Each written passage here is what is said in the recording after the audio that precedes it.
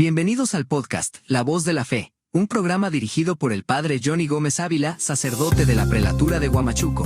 Compartiremos contigo las reflexiones del Santo Evangelio, consejos y entrevistas para que de esta manera enriquezcas tu vida espiritual. Nos puedes escuchar en tu plataforma de podcast favorito. Bienvenido.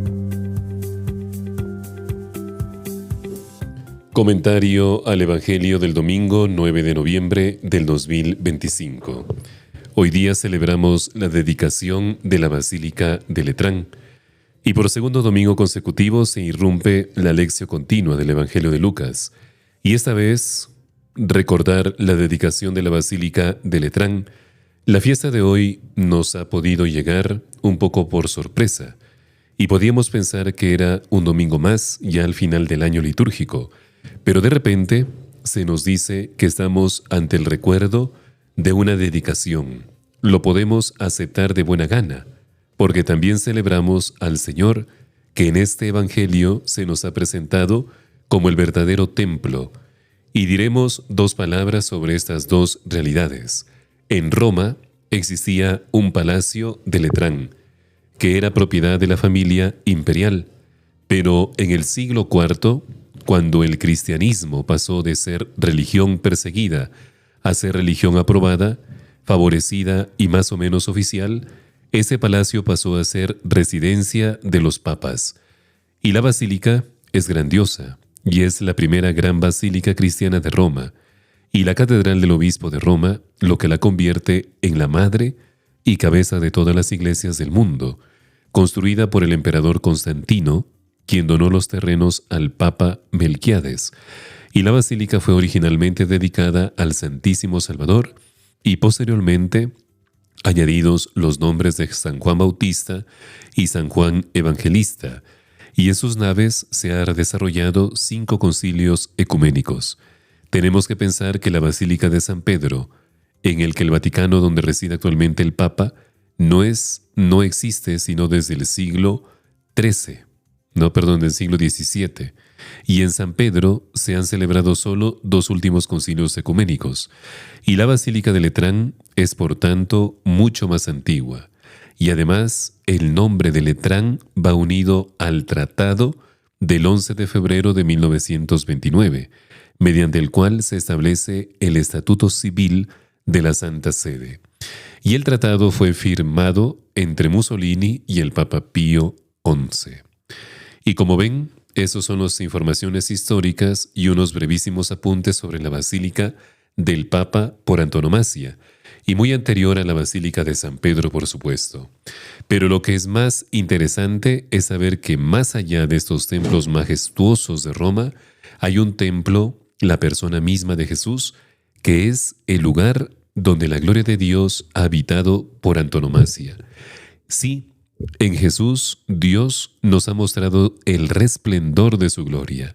El grandioso templo de Jerusalén quedó destruido, no quedó de él piedra sobre piedra, y sucedió con el primer templo y volvió a suceder con el segundo templo.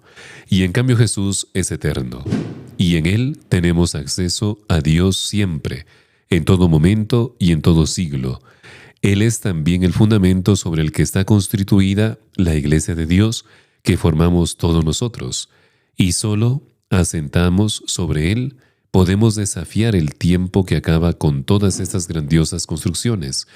Y la celebración es un signo universal de unidad con el Romano Pontífice y una invitación a reflexionar sobre el templo de cada creyente que es el Espíritu Santo. Y el templo, en la primera lectura, es el lugar de la presencia de Dios en medio de su pueblo, y por eso aparece en el lugar central, en la visión de Ezequiel, el agua que emana del templo sugiere que todas las bendiciones que recibe Israel proviene de Dios. El agua es la fuente de vida. Escasea en Israel y sin ella no se puede vivir. Se suele asociar a la presencia de Dios y por ello el agua que emana del templo tiene la capacidad para fecundar la tierra desértica de Judá e incluso es capaz de sanar las aguas saladas del mar muerto y en el que no podía haber vida. Y en el tiempo que se puede encontrar esa fuerza, uno puede sentir que se sanea de todos los males que nos ocasiona. Y el templo era el lugar de la presencia de Dios. Y Pablo hoy asegura que ahora Dios está presente en la comunidad de creyentes. Así como en tiempos de la antigua alianza Dios residía en el templo, ahora el Espíritu de Dios habita en los creyentes, nuevo templo de Dios, y tal concepción tiene como colorario la dignidad extraordinaria del creyente, que es por tanto lugar santo por excelencia, ámbito de la presencia de Dios en el mundo, y en consecuencia todos deben ser tratados con respeto y veneración. Ya sabemos que el verdadero templo de Dios es el hombre, pero también es verdad que necesitamos de sacramentos de su presencia, de agarreados que faciliten, nos recuerden que siguen vivo entre nosotros.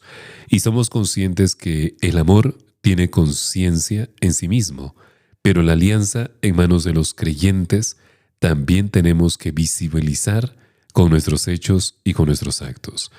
Somos templos vivos de Dios y precisamente por ello, porque somos templos vivos de Dios, necesitamos construirnos día a día, mejorarnos y renovarnos.